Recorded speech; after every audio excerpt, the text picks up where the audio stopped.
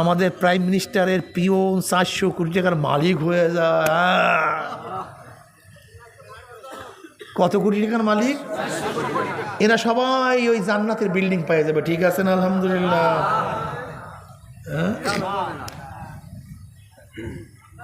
সবাই জান্নাতে যায়, অথচ নবী আলাইহিস সালাতু ওয়াস সালাম ফরমান, যেই রক্ত এবং গোশত তৈয়ার হয়েছে হারামের দ্বারা, যে রক্ত এবং গোশত তৈয়ার হয়েছে হারামের দ্বারা, ওই রক্ত এবং গোশতের জায়গা জান্নাত। এখন জান্নাতে সবাই যান, কয়জন যান আল্লাহই ভালো জানে, হইতে পারি না। মুসলিমের মধ্যে রওয়ায়াত আসছে, এক সাহাবী প্রশ্ন করছে, ইয়া নবী আল্লাহ, কোন ব্যক্তি যদি আল্লাহর রাস্তায় গলা কাটায় দেয়, শহীদ হয়ে যায়, তার গুনার অবস্থা কি? কাল সব মাপ। কথা বলেন না কেন? সব। একটু করে বললেন, এইমাত্র আমি কি বললাম না? কল বলছেন তো, ইয়া নবী আল্লাহ, আল্লাহর রাস্তায় কেউ গলা কাটায় দিলে তার গুনাহ সব মাপ। বলে এইমাত্র আমাকে জিবরাইল আসছে, আমাকে খবর দিয়া গেল, ইল্লা হকুল ইবাদ, যদি কারোর মাল চুরি করো, মাল নষ্ট করো, গিবাত করো, শিকায়াত করো, হকুল ইবাদ যদি জিম্মায় থাকে, জাতটা নষ্ট করছো, সে মাপ না করা পর্যন্ত মাসালা কঠিন। সবাই জান্নাতে যাই, সবাই জান্নাতে ঠেল্লা পাঠাইয়া দিই। জান্নাত পবিত্র, একেবারে পবিত্র। অপবিত্র কোনো জিনিস জান্নাতের মধ্যে ঢুকবে না। জানেন কি আদম আলাইহিস সালাতু ওয়াস সালাম আল্লাহ পাক দুনিয়াতে পাঠাইছেন কেন? গন্ধম খাওয়ার পরেই আদম আলাইহিস সালাতু ওয়াস সালাম এদিকে ওদিকে দৌড়াদৌড়ি শুরু করছেন। এদিকে ওদিকে, এদিকে দৌড়ায়, সেদিকে দৌড়ায়। আল্লাহ পাক ফেরেশতাদেরকে বললেন, দেখতে ফেরেশতা, আদম এরকম দৌড়াদৌড়ি করে কেন? নিশ্চয়ই মলমূত্র ত্যাগ করতে চায়, নিশ্চয়ই। কেন গন্ধম খাওয়ার আগ পর্যন্ত মলমূত্র ত্যাগের কোনো ব্যাগ তার মধ্যে ছিল না। গন্ধম খাওয়ার পরেই তার মধ্যে মলমূত্র ত্যাগ করার পেরেশানি চলে আসছে। দৌড়ায়, এইদিকে দৌড়ায়, সেদিকে দৌড়ায়। আল্লাহ পাক বলতেছেন, কোথায় মলমূত্র ত্যাগ করবে? গাছের নিচে জান্নাতের, পবিত্র পারবে না। ঝর্ণার মধ্যে পবিত্র পারবে না, জমিনের মধ্যে পবিত্র পারবে না। যা, ওকে দুনিয়াতে পাঠাইয়া দে। এই দুনিয়াতে আদম আলাইহিস সালাম থাকার জন্য আসেন নাই, মলমূত্র ত্যাগ করার জন্য আসছেন। এই দুনিয়া হলো মলমূত্র ত্যাগের জায়গা। দুনিয়া কি ভাই? না থাকার জায়গা। কল হুজুর এত এত সুন্দর, এত আকর্ষণ। দেখো, বড়লোকদের বাড়ির বাথরুমটা বেডরুমের চেয়ে অনেক আকর্ষণীয় হয়, অনেক সুন্দর হয়। কিন্তু আজ পর্যন্ত কোনো ভদ্রলোক বা জ্ঞানী লোককে দেখছো বেডরুম বাদ দিয়া বাথরুমে থাকে? কেন? বাথরুম তো অনেক আকর্ষণীয়, অনেক সুন্দর, থাকবে না কেন? ঘটনা কি? ওরে বেয়াকুব, বাথরুম যত আকর্ষণীয় হোক না কেন, মরমর পাথরের হোক না কেন, যত দামি ফিটিংস হোক না কেন, বাথরুম থাকার জায়গা না, মল ত্যাগের জায়গা, জরুরাতের জায়গা, প্রয়োজনের জায়গা। যতক্ষণ প্রয়োজন ততক্ষণ থাকে, প্রয়োজন শেষ, সেখান থেকে দ্রুত বের হয়ে যায়। বেডরুম থাকার জায়গা, যতই খারাপ হোক না কেন, বাথরুম যতই ভালো হোক না কেন, সেইটা কিসের জায়গা? প্রয়োজনের জায়গা, মলমূত্র ত্যাগের জায়গা। ঠিক দুনিয়া থাকার জায়গা। যত আকর্ষণ দেখো, যত আকর্ষণ, যত আকর্ষণ, সব প্রয়োজন। বিবি বাল বাচ্চা আকর্ষণ, প্রয়োজন। ব্যবসা বাণিজ্য আকর্ষণ, কিন্তু প্রয়োজন। টাকা পয়সা আকর্ষণ, কিন্তু সবই প্রয়োজন, থাকার জন্য না। দুনিয়ায় কেউ থাকতে পারে না, আমরাও থাকতে পারবো না। তুমি কি দেখো নাই, নবী মুসাও দুনিয়াতে নাই, ফেরাউনও দুনিয়াতে নাই, নবী ইব্রাহিমও দুনিয়াতে নাই, নমরুদও দুনিয়াতে নাই। যারা জালেম ছিল তারাও নাই, যারা মাজলুম তারাও নাই। যেই জজ সাহেব ফাঁসির রায় লিখছে সেও নাই, যেই জল্লাদ ফাঁসি কার্যকারী করছে সেও দুনিয়ার থেকে বিদায় হয়ে গেছে। যাকে কার্যকারী করছে সেও নাই, যে ঔষধ বানাইছে সেও মারা গেছে, যেই ডাক্তার ঔষধ লিখছে সেও মারা গেছে, যেই দোকানদার ঔষধ বিক্রি করছে সেও আজকে দুনিয়াতে নাই, যেই রুগী ঔষধ সেবন করছে সেও দুনিয়ার মধ্যে নাই, জালেমও নাই, মাজলুমও নাই, খুনিও নাই, যাকে খুন করছে সেও নাই, আমার নবীও নাই, আবু জাহাল দুনিয়াতে নাই, গরিব নাই, ধনীও নাই, শিক্ষিত নাই, মূর্খ নাই, আমার ছোট ভাই চলে গেছে, আমার বাবাও চলে গেছে, মাও চলে গেছে। ছোটবেলার যাদের সাথে মক্তবে প্রাইমারিতে পড়াশোনা করছে এরকম অনেক ছাত্র ভাই আজকে দুনিয়াতে নাই। যাদের সাথে কাফিয়া দাখিল মাস্টার্স পাস করছে এরকম অনেক সাথী আজকে দুনিয়াতে নাই। দুনিয়া থাকার জায়গা না, কেউ থাকতে পারে না, আমরাও থাকতে পারবো না। আর দুনিয়া মাজরাতুল আখিরা, দুনিয়া আখিরাত কামাইয়ের জায়গা। ও আমার যুবক বাবারা, ও মুরব্বী বাবারা, ও আমার পর্দারা মা বোনেরা, তোমার মা বলছে যা দোকান থেকে তৈল নিয়ে আস, বাতি ধরাতে হবে, পাক করতে হবে। তুমি ঘরের থেকে বাইর হয়ে দেখো যে খেলাধুলা চলতে আছে, তুমি খেলাধুলা মানে মক্ত, সন্ধ্যা হয়ে গেছে, দোকানও বন্ধ, এখন আর তুমি বাতিও নিতে পারবে না, তৈলও নিতে পারবে না, ঘরে আলো দিতে পারবে না, আজকে পাকও চলবে না, যেহেতু খেলাধুলার মধ্যে মত্ত হয়েছিল, দোকান বন্ধ হয়ে যাবে, অন্ধকারেই থাকতে হবে।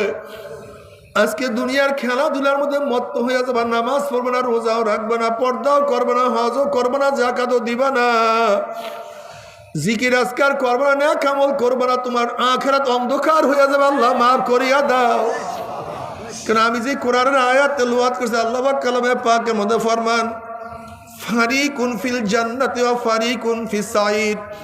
তুমি কেন খেয়াল করো না, রেজাল্টের আগে, পরীক্ষার আগে, রেজাল্টের আগে সমস্ত ছাত্র একই সাথে খেলাধুলা করে, একই সাথে পড়াশোনা করে, একই সাথে ঘোরাফেরা করে, কিন্তু রেজাল্টের পরে গ্রুপ দুইটা, এক দল পাস আর এক দল ফেল। আজকে একই মাঠে বয়ান করি, একই মাঠে বয়ান শুনি, একই বাড়িতে থাকি, একই বিছানায় থাকি, একই সাথে হাট বাজার করি, কিন্তু মৃত্যুর পরে গ্রুপ দুইটা, একদল জান্নাতি আর একদল জাহান্নামী।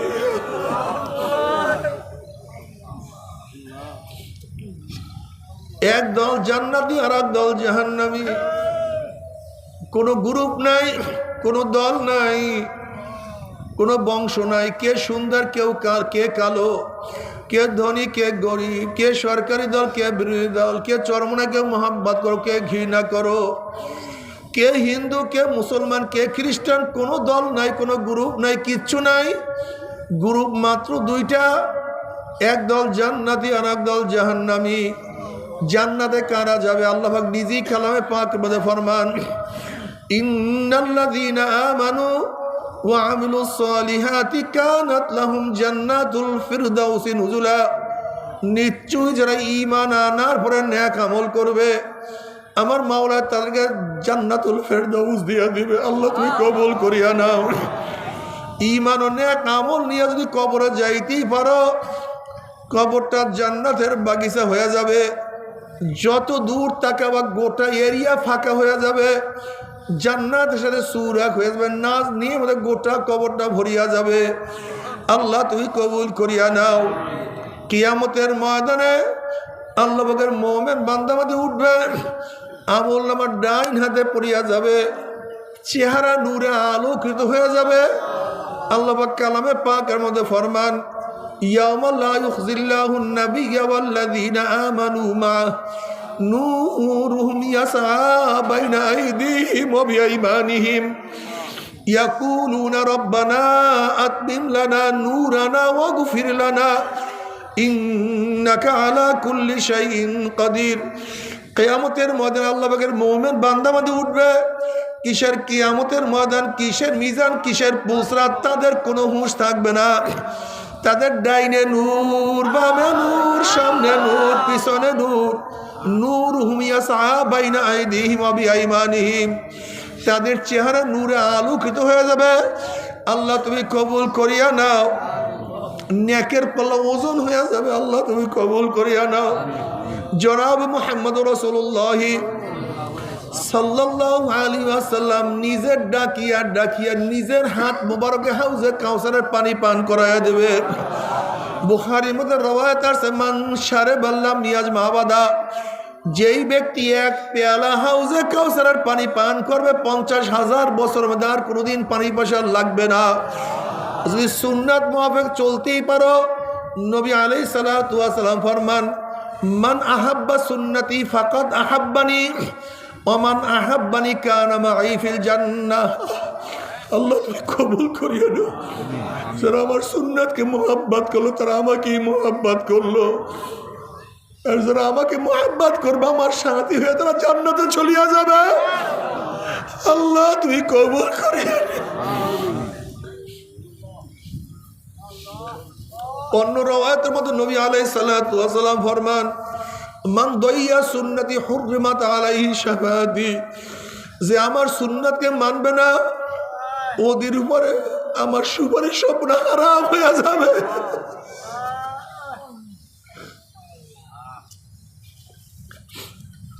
ও আমার যুবক বাবারা, কেন সুন্নাত অনুযায়ী চলবে না?